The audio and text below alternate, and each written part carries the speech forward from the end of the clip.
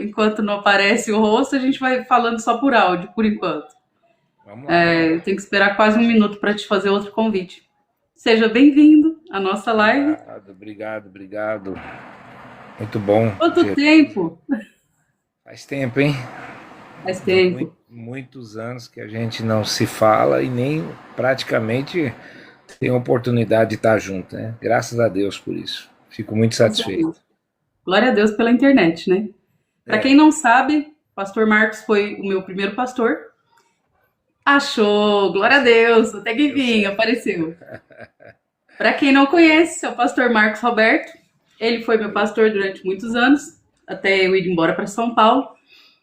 E eu fico muito feliz em vê-lo. Seja bem-vindo. Eu também, muito feliz também. Como diz o tempo, o tempo passa, mas a voz continua a mesma, né? Eu vi ser Com cantor. certeza, com Bom certeza. demais. Deus é Que bom o bom estar tempo com todo o todo. pessoal aí também. Deus abençoe. Uma boa noite a todos. Que Deus dê muita vitória aí em nome de Jesus. Bora começar? Bora, vamos pra cima. Então vamos lá. A última vez que a gente se falou, acho que foi em 2000 e alguma coisa, porque eu não lembro nem o que eu comi ontem. Deve ter um. Quantos anos você está em São Paulo? 13 anos. 13. 13 Então, anos. 13 anos atrás. A última vez foi uns 14 anos atrás, mais ou menos. Ah, já creio que sim. Bom, agora estamos mais experientes, não velhos, porque nós somos jovens ainda. É. Então vamos lá. Conta um pouquinho da sua trajetória como a sua trajetória pastoral, como foi para você depois, mais para frente a gente vai falar como foi essa sua migração, né, para Goiânia, né, novos projetos, novos horizontes de trabalho, né, você já ingressou na política. Então eu vou parar de falar para você falar um pouco, senão só eu falo. Aí vira monólogo. A trajetória ela é movida por situações que pode se dizer estimulantes, mas também de muita luta, né? Sim, Muito enfrentamento, pode se dizer assim. Meu ministério ele foi galgado justamente numa questão de conhecimento, vim das Assembleias de Deus, Ministério de Madureira, e passei por formações teológicas na ICEA, na Igreja Cristã Evangélica, nos seminários da Igreja Cristã Evangélica. Depois tive mais formações como mestrado e doutorado pela FAETEL. Então, a FAETEL era uma faculdade de teologia que ela era metodista, né? Então, com isso fez com que a gente começasse a principiar uma ideia de um novo ministério, né? Surgiu então a IBR, eu estava com 23 anos de idade, né? Então, hoje eu estou com 57 e nós nos dedicamos esse tempo no ministério, nesse ministério, né? Igreja Batista Renovada. Fomos presidentes de congregações, de campo, trabalhamos muito com crescimento nessa área, mas estávamos no interior, né? Aí veio sim. uma fatalidade, que foi a morte da pastora, da minha esposa na época, né? Em 2021, no dia 31 de maio. E dessa época para cá, nós começamos a tomar novos rumos, né, para a vida. Um dos rumos que nós tomamos foi mudar para Goiânia, né? Mudamos para Goiânia a nível de tratamento, tanto psicológico como também físico.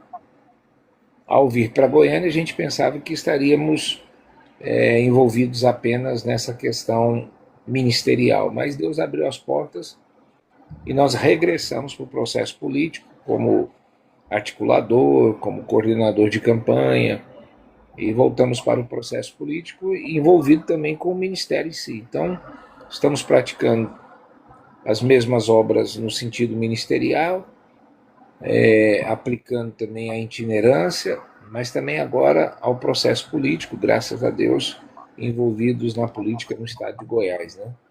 Então Deus nos guardou Deus nos livrou, embora tivemos perdas, e essas perdas eu chamo elas de irreparáveis, né? Não só para mim, mas para meus filhos, para meus netos.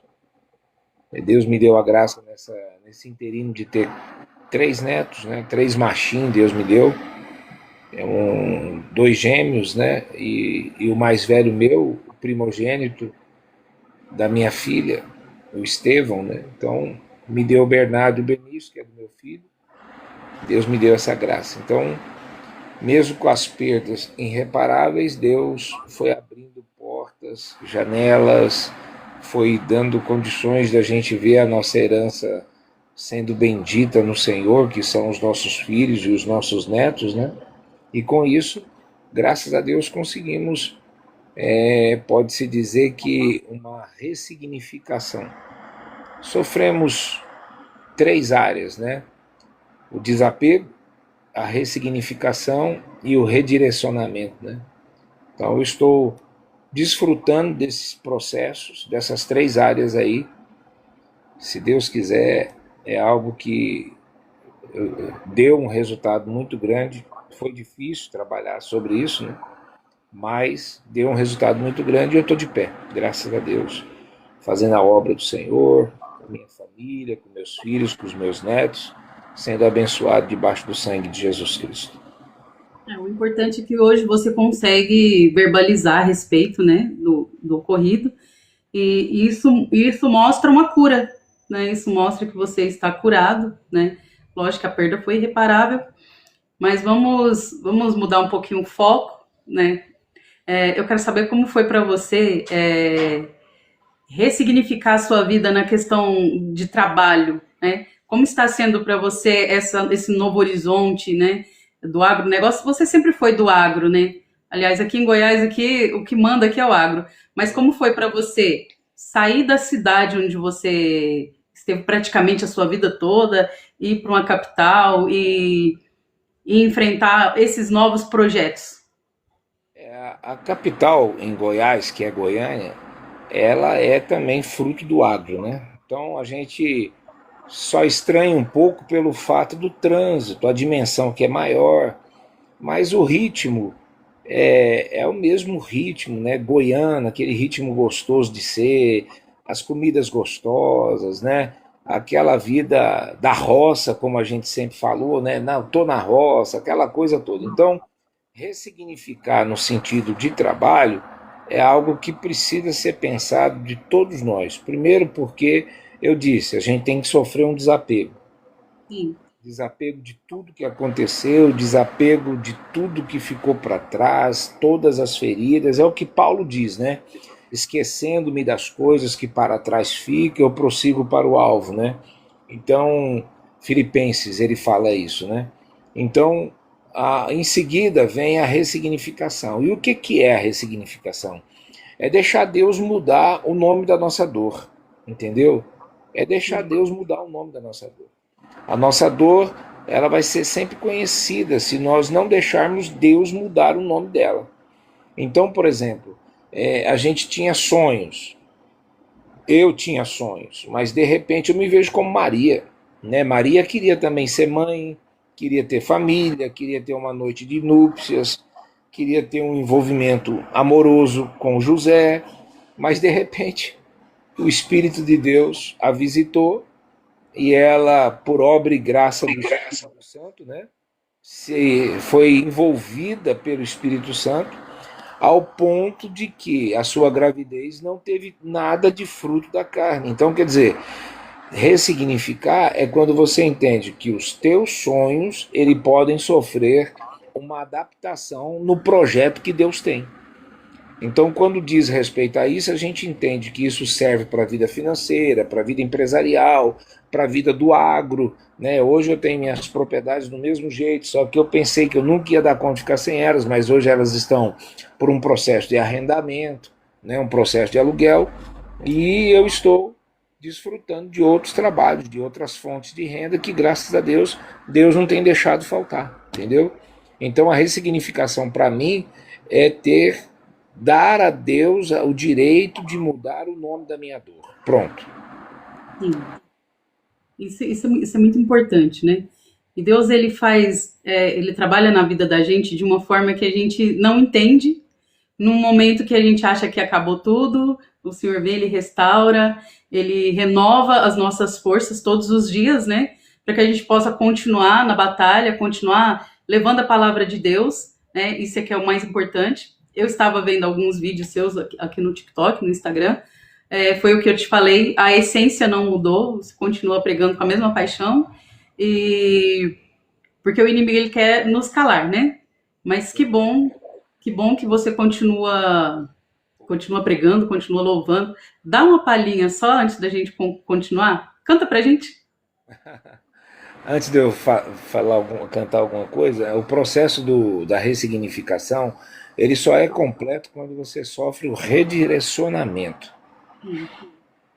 O redirecionamento é você entender que Deus não perdeu o controle da situação ao ponto de que o alvo vai ser alcançado.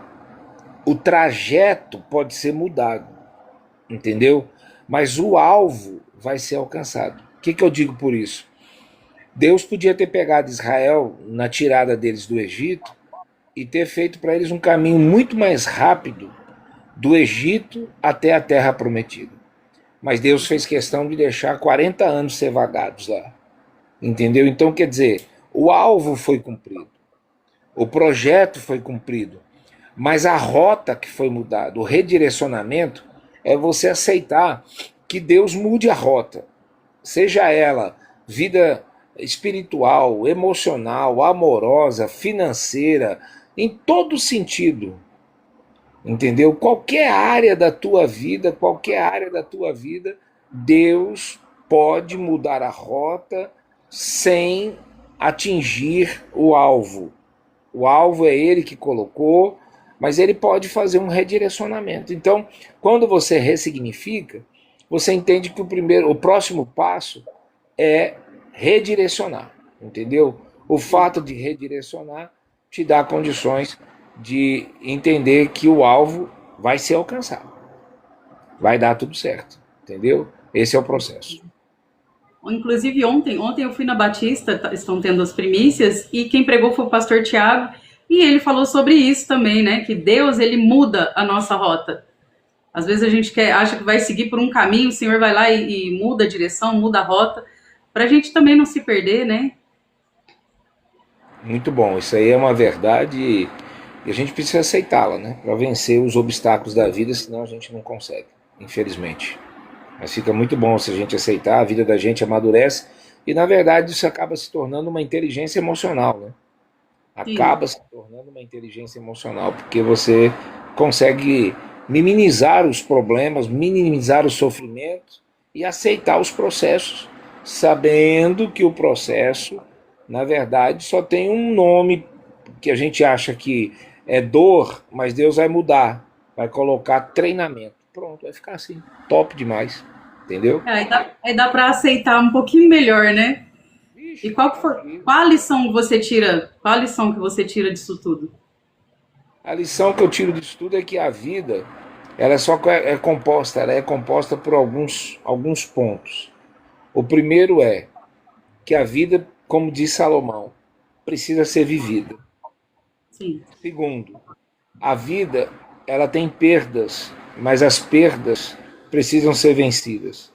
E terceiro, a vida, ela precisa ser vivida como se você estivesse projetando o que Deus tem para a nossa vida, que é a vida eterna. Então aqui a gente começa a oração do Pai Nosso deixa isso claro. Venha o teu reino. Na oração não diz, me leva para o teu reino. A oração diz, venha o teu reino.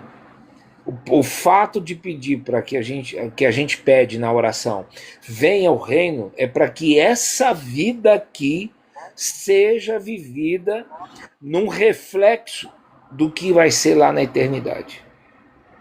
Entendeu? A gente precisa ter isso com a gente.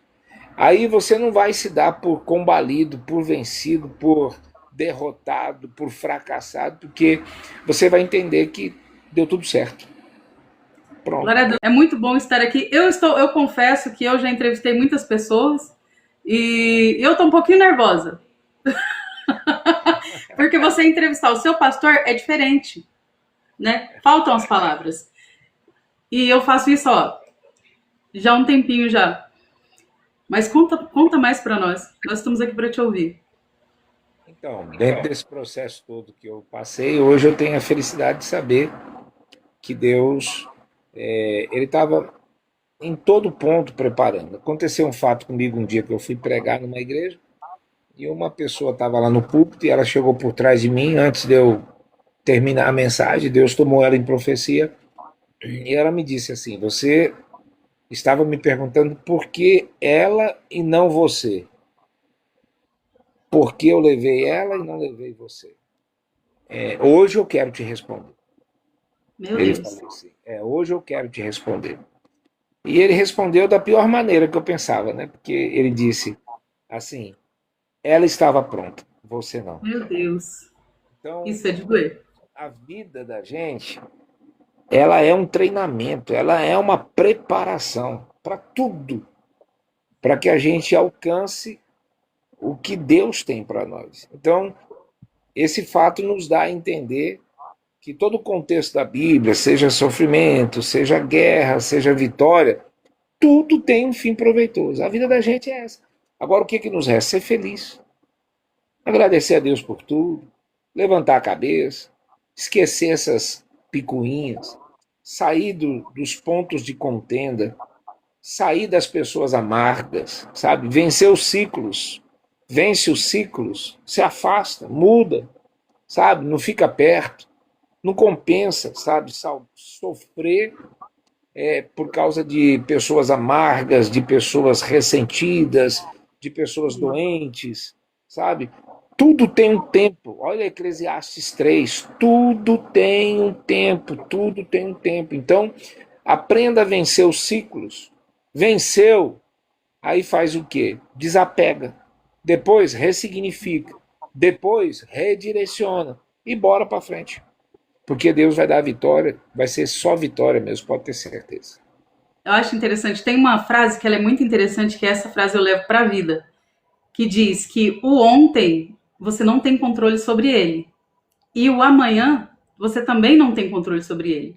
Mas o hoje é chamado presente. É por isso que é chamado presente. Para você viver o hoje, né? Para você viver plenamente, sem medo, sem culpa, né? E deixar o que passou para trás e o que virá deixar nas mãos de Deus, que nós não temos controle nem de daqui a um segundo. Então, entregar nas mãos do Senhor mesmo. Olha, seja Uma das coisas que também a gente pode guardar como uma frase de impacto, e você pode levar isso para a sua vida, é que decisões decidem riquezas, né? Então, a gente ter a oportunidade de decisões já é nossa, é algo incalculável. com Então, certeza. decisões decidem riquezas. Você vai decidir por ciclos vencidos. Excelente. Mas também você vai decidir por ascensões, por vitórias, sabe? E o que Deus vai te dar é a caneta para você dizer aqui está uma nova história e ele vai assinar embaixo, pronto. Vamos para cima e é vitória em nome de Jesus. Vamos falar agora do espiritual, né? Eu vivi muitas coisas, inclusive ontem eu fiz um story dizendo que as maiores experiências espirituais que eu vivi foi na Batista, foi aqui em Goiatuba, né? Foi uma boa parte da minha vida ministerial foi aqui em Goiatuba. E uma das minhas maiores experiências espirituais eu vivi no monte. Eu era adolescente, foi quando eu fui batizada, fui selada pelo Espírito Santo e o pastor estava presente nesse dia. Óbvio que não vai lembrar, porque isso faz séculos, né? Faz muitos anos, também não vou falar a minha idade também. Fiquem abertos. Mas fala um pouquinho, qual foi a maior experiência espiritual assim, que você teve, algo que você não esquece? E desculpa estar te chamando de você, porque você é jovem. Não, tranquilo, isso não é problema nenhum, não. As experiências do monte foram algo fascinante, né? Deus nos deu oportunidades de termos noites fantásticas de oração e de busca de poder. Mas impressionante, a maior experiência espiritual que eu tive foi quando eu vi os meus filhos, né, sendo concedentes ao ministério e a minha filha ministrando com autoridade assim fora do normal, entendeu? Para mim foi uma das mais fortes experiências espiritual que Deus me deu, porque eu vi cumprindo-se a palavra, né?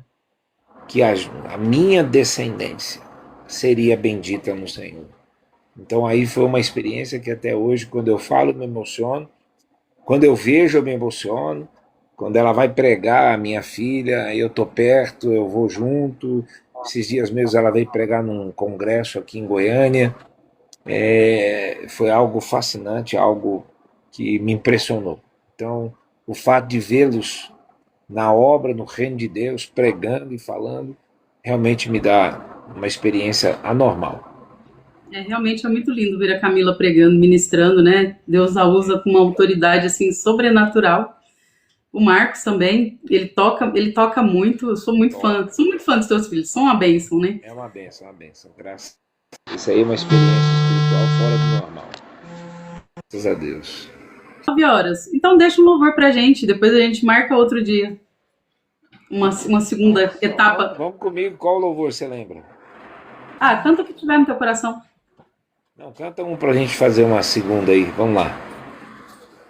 Meu Deus.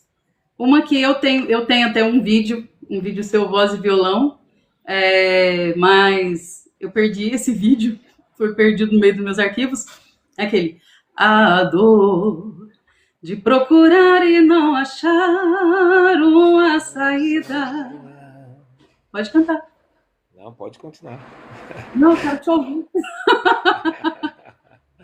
Tem um que eu acho muito forte, depois de tudo que a gente passou, me acompanhou muito, sabe? Um texto da Bíblia foi o Salmo 46. E uma canção foi essa aqui. Nunca houve noite que pudesse impedir o nascer do sol e a esperança, e não há problemas que possa impedir as mãos de Jesus para me ajudar. Haverá um milagre dentro de mim, vem descendo o rio para me dar a vida, e esse rio que emana lá da cruz, ao lado de Jesus. Canta comigo, vamos lá. Aquilo que parecia impossível, aquilo que parecia não ter saída, aquilo que parecia ser minha morte, mas Jesus mudou minha sorte. Sou um milagre, estou aqui. Esse marcou bem a situação da gente aí. É muito lindo. Aquilo que parecia impossível, aquilo que parecia ser a minha morte, mas Jesus mudou a minha sorte. Sou um milagre, estou aqui. Com certeza. Somos um milagre, né? Somos um milagre. Graças a Deus. Por tudo que passamos, enfrentamos, por todas as lutas e dificuldades, mas temos a certeza de que até aqui nos ajudou o Senhor. Com certeza. Eu já vou agradecendo ao pessoal que estava aqui online, que comentaram aí. Muito obrigada a todos. Obrigada a Isa. A Isabel é minha amiga pessoal, minha irmãzona.